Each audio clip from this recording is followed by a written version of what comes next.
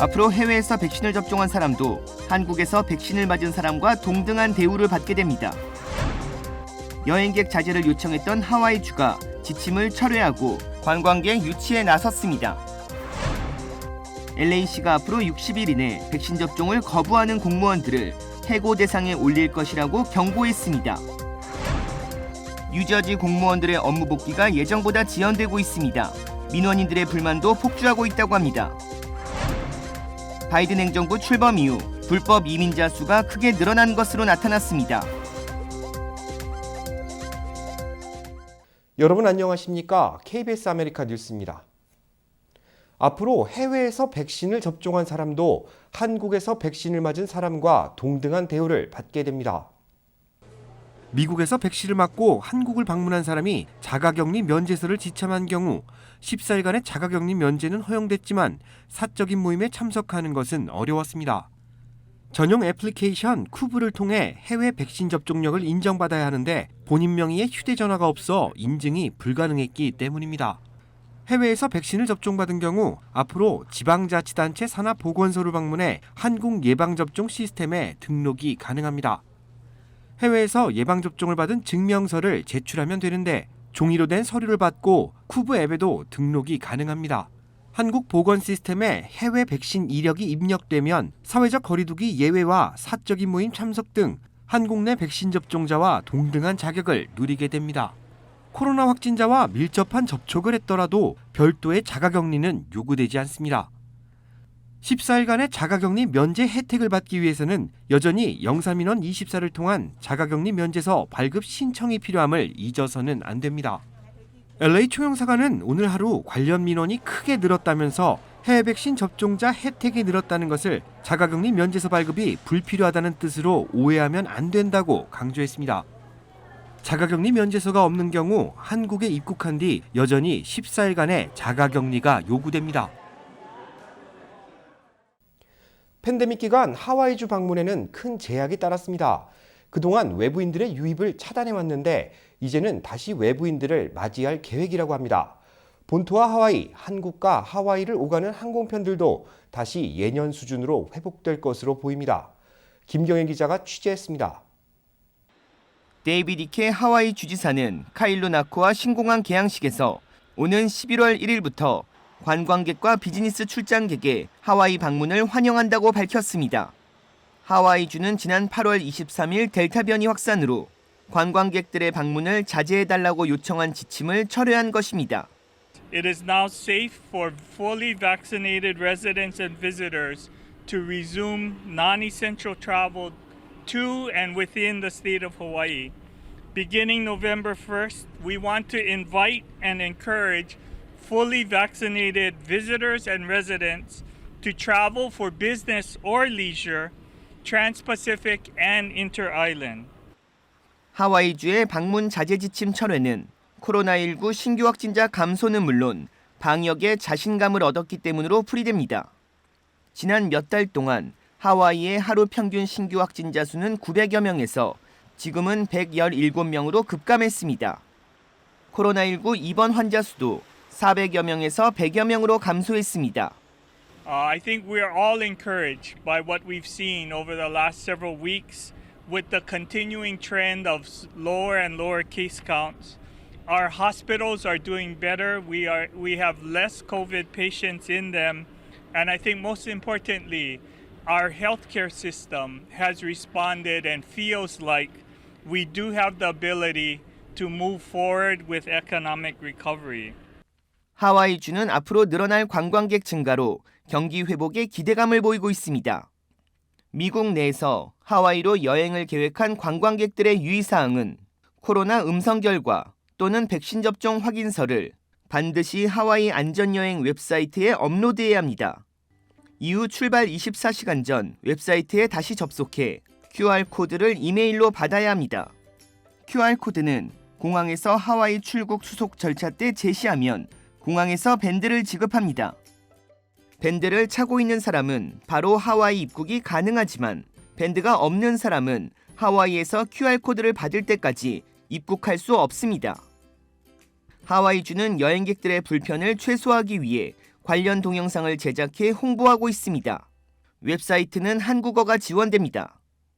하와이주는 여행객 유치에 나섰지만 관광객들은 크게 늘어나지 않을 것이란 전망도 나오고 있습니다.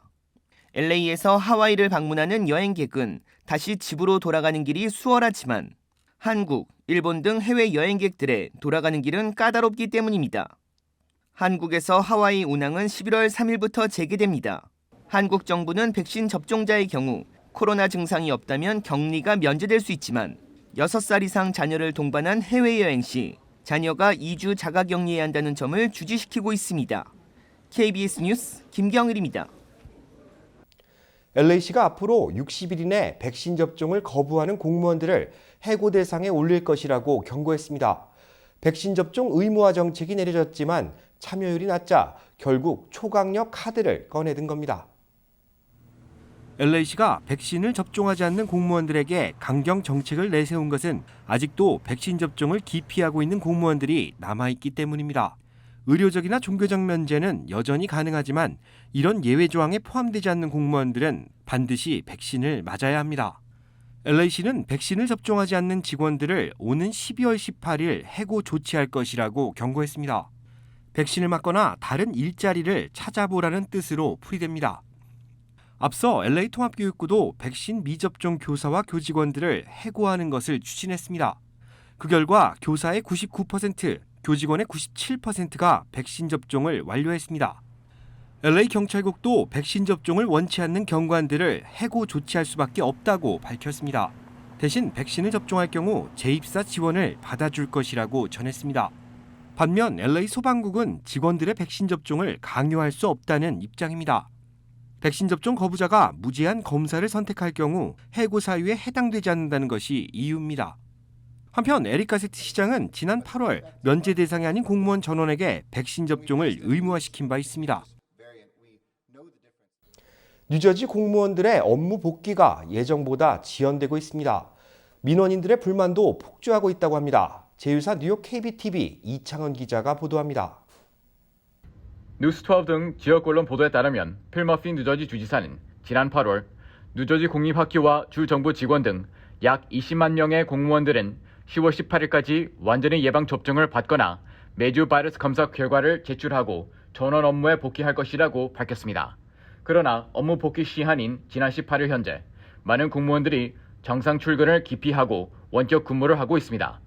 머피 주지사는 이에 대해 백신 접종 거부자들은 매주 바이러스 검사를 받아야 하는데 이 조건을 선택한 직원에 대한 대책 결정이 늦어지고 있어 업무 복귀가 지연되고 있다며 부서별로 단계적 대면 근무를 시작할 계획이라고 밝혔습니다. 뉴저지주는 이에 따라 민원인들이 가장 많이 찾는 부서의 공무원 6만 4천여 명을 1차로 대면 근무로 전환할 계획입니다.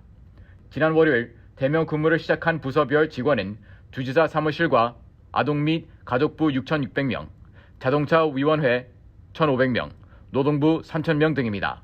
그러나 노동부에서 실업수당 지급 업무 등을 처리하는 원스톱 직업센터는 예약제로만 운영되고 있어 민원인들이 예약 대란을 겪고 있습니다. 공화당 상원의원인 크리스틴 코라도 이와 관련 코로나 팬데믹과 같은 위기가 닥쳤을 때 주정부는 첫 번째로 문을 열고 민원인이 전화를 받고 도움을 줄 수 있는 주체가 돼야 한다며 직업센터와 같은 주요 사무실이 풀타임으로 문을 열지 않은 것은 이해할 수 없다고 말했습니다. 코라도 의원에 따르면 뉴저지주 일부 부서는 민원인들에게 2022년까지 사무실 문이 열지 않을 수 있다는 내용의 이메일을 보내기도 했습니다. KBTV 뉴스 이창헌입니다. 바이든 행정부 출범 이후 불법 이민자의 수가 늘어난 것으로 조사됐습니다. 멕시코를 통해 들어오는 미입국자의 수는 3배 가까이 늘어난 것으로 확인됐습니다. 박시문 기자가 취재했습니다. 조 바이든 대통령 취임 이후 불법 이민자의 수가 큰 폭 증가한 것으로 나타났습니다. 지난 9월 종료된 2021년 회계연도 기준 관세국경 보호청 CPB의 통계를 보면 현재 멕시코 국경을 넘어 밀입국을 시도하다 억류된 불법 이민자는 170만 명으로 집계됐습니다. 집계된 숫자는 2012년부터 2020년 회계연도 평균인 54만 명의 3배에 가까운 수치입니다. 이 중 61%는 추방됐으나 재입국을 시도하다 다시 체포된 경우는 25%를 초과했습니다. 이는 지난해 대비 2배가 넘는 숫자입니다. 이 가운데 멕시코에서 적발된 불법 이민자는 166만 명으로 역대 최고인 2000년 164만 명의 기록을 넘어섰습니다. 나라별 불법 이민자의 수를 살펴보면 멕시코가 60만 8천 명으로 가장 많은 수를 기록했습니다. 뒤를 이어 온두라스 30만 9천 명, 과테말라 27만 9천 명, 엘살바도르 9만 6천 명으로 나타났습니다. 이 밖에도 멕시코와 중미를 제외한 하이티, 베네수엘라, 에콰도르, 브라질 등의 국가에서 넘어온 불법 이민자는 36만 7천 명으로 집계됐습니다.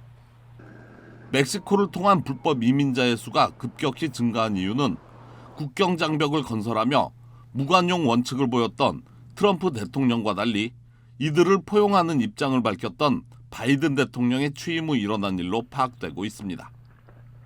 바이든 대통령은 관대한 이민 정책으로 전임 트럼프 대통령과의 차별화를 시도했지만 물밀듯이 밀고 들어오는 불법 체류자를 막기에는 역부족이었습니다. 지난 9월에는 15,000여 명의 IT 난민들이 미국에 입국하기 위해 텍사스주 델리오 다리 인근으로 모여들었습니다. 이때 국경수비대가 난민들을 단속하는 과정에서 기마 요원이 소몰이를 하듯이 난민들을 다뤄 사회적 문제를 야기시킨 바 있습니다.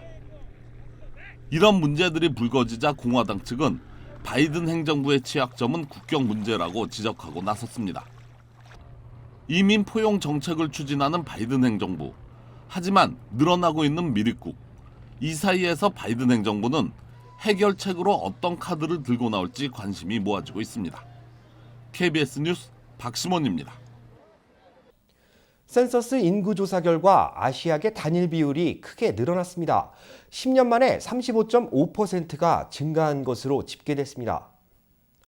2020 센서스 인구조사 결과에 따르면 전체 인구의 7.2%가량인 2,400만 명 수준이 아시아 단일 민족과 아시아계 혼혈 그룹으로 나타났습니다.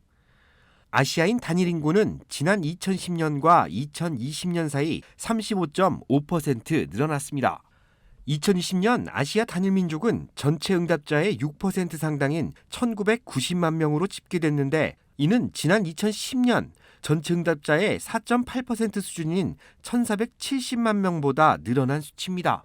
아시아계 혼혈 인구의 증가폭은 더 큽니다. 10년 사이 260만 명에서 410만 명으로 늘어 55.5%의 증가율을 나타냈습니다. 센서스 인구조사는 인구 변화 추이에 따라 지역사회의 정치와 경제적 요인을 반영시키기 위한 것입니다.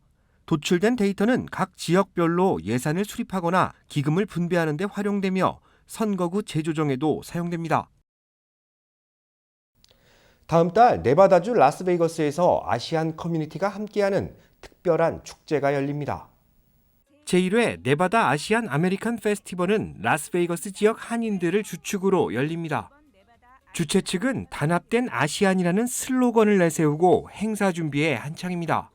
이번 축제는 코로나19 여파와 증오범죄로 위축된 아시안 커뮤니티 활성화를 위해 마련됐습니다.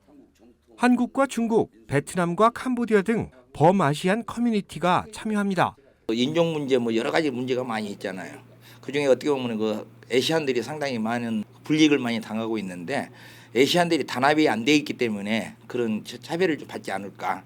그래서 사실은 이 취지에는 라스베가스 쪽은 다민족들이 다 참석을 하기 때문에 여기에 이제 우리 한인이 주축이 돼서 아시안이 단결이 되면 주류사회라든지 모든 이런 쪽으로서 이제 자연스럽게 맨파워가 생기는 거죠, 저희들이. 네바다 아시안 아메리칸 페스티벌에는 20여 개의 부스가 마련됩니다. 생활용품과 미용, 건강식품 등 한국을 대표하는 상품을 네바다 아시안 커뮤니티에 소개하는 것이 목적입니다. 주최 측은 한국의 태권도 시범과 중국의 사자춤 등 다양한 볼거리를 마련했으며 지역 주민들이 참여할 수 있는 특별한 행사도 기획했다고 전했습니다. 대한항공과 아시아나항공 카고 등 한국을 대표하는 기업들도 축제를 후원합니다. 태양여 행사는 LA 지역 한인들의 참여를 독려하기 위해 LA와 축제 현장을 오가는 관광버스를 운행합니다. 네바다 아시안 아메리칸 페스티벌은 다음 달 12일부터 14일까지 개최됩니다. 본 행사는 13일 토요일 오후 2시부터 밤 11시까지 이어집니다. 실종 살해된 유명 유튜버 개비 페티토의 살해 용의선상에 올랐던 남자친구의 시신이 오늘 발견됐습니다. 연방수사국이 플로리다의 한 황무지에서 유튜버 개비 페티토의 살해 혐의로 용의선상에 오른 약혼자 브라이언 론드리의 유해 일부를 발견했다고 밝혔습니다. 조사당국은 현장에서 론드리 것으로 추정되는 유해 일부와 개인 물품을 수거했다고 전했습니다. FBI는 두개골에서 얻은 정보와 치과 진료 기록 대조를 통해 론드리의 사망 사실을 확인했다고 밝혔습니다. 페티토와 론드리는 지난 7월 와이오밍주 그랜드 티턴 국립공원으로 여행을 떠난 뒤 싸움을 벌였고 지난달 1일 론드리는 홀로 집으로 돌아왔습니다. 가족들의 신고를 받고 페티토를 찾아 나선 경찰은 지난달 19일 그녀의 시신을 수습했고 약혼자인 론드리를 유력한 용의자로 보고 수사를 펼쳐왔습니다. KBS 아메리카는 시청자 여러분들의 제보를 소중하게 생각합니다. 오늘 뉴스 마칩니다. 고맙습니다.